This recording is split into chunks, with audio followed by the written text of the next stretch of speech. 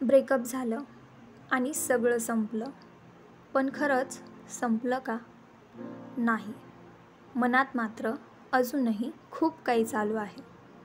मी झोपते, पण विचार चालूच असतात. तो का गेला? माझी चूक होती का? कधी परत येईल का?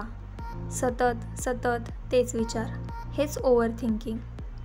ओव्हर थिंकिंग म्हणजे फक्त विचार नव्हे, तो एक इमोशनल टॉर्चर असतो. आपण स्वतःला दुखावत असतो. पण आजपासून थोडं थांबायचं आहे. स्वतःसाठी, स्वतःच्या मनासाठी. विचार मनात फिरवण्यापेक्षा कागदावर उतरवा. सगळं मोकळं करा. तो मला का विसरला? मी का एवढं जोडून घेतलं? हे सगळं लिहा. मन हलकं होतं. बसून फक्त श्वास घ्या. डोळे बंद करा आणि मनात फक्त श्वास.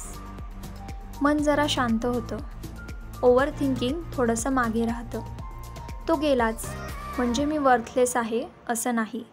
तो गेला म्हणजे आता मला स्वतःला शोधायचं आहे. हेच माइंडसेट बदलायचं आहे. दिवसातून 10 मिनटं ठरवा. त्या वेळात तुम्ही मनाला हवं ते विचार करा. पण त्या वेळेनंतर बस, आता मन शांत. रडा, बोलून टाका, गाणं ऐका, डायरी लिहा, पण मनात ठेवू नका. तुमचं मन खूप खूप खूप मोठं आहे.